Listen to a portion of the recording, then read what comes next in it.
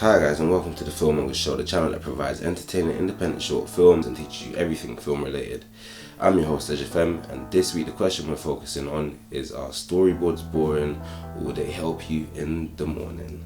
A storyboard will help you and anyone else you're working with within your production team understand the vision that you intend on creating.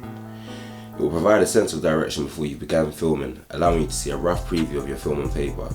This way you will know the shots selected complement the script, enabling you to minimize any mistakes whilst filming.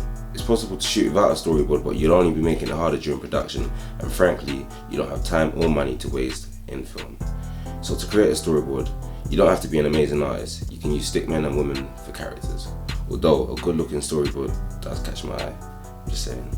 The main thing a storyboard should capture is the type of shots you intend to use, type of angles you're filming from, any camera movement, character movement, and dialogue. Don't feel you need to create a visual masterpiece. As long as you know what's happening within your scene, your story will be usable, just not sexy. We'll start by drawing simple rectangular boxes. Everything we want in our scene should be within these frames. Next, we'll begin drawing our characters, settings, or props within the frames. Again, as long as we can visibly tell the most important things in the scene, it's fine. After, we will label our frames by scene and shot number, also making sure to write down any character dialogue or production notes. Some storyboards also feature the duration of the shot, but isn't essential.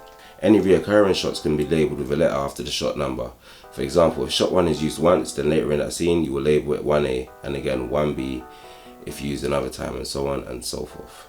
Camera movements and character movements can be depicted using arrows. There aren't specific rules to it. The most important thing is your crew members can understand the movements, which is why notes help. You wouldn't even need a pencil and paper these days. There are websites, apps and people who can help you create storyboards, although the latter can be costly depending if you're going to a professional storyboarder or a friend who can draw. For those of you who can't draw like me and want to make the process quicker and easier, there are websites that allow you to do exactly that, like storyboard.com, and guess what? It's free, which is even better.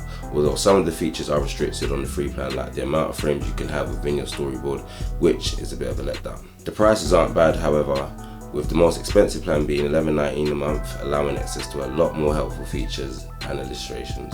Let's take a look at what we can create using the free plan. As you can see, Uncle, have you got GIMP? As you can see, there are a selection of different characters with the additional option to be able to change the colour of clothes, skin tone, posture, and more.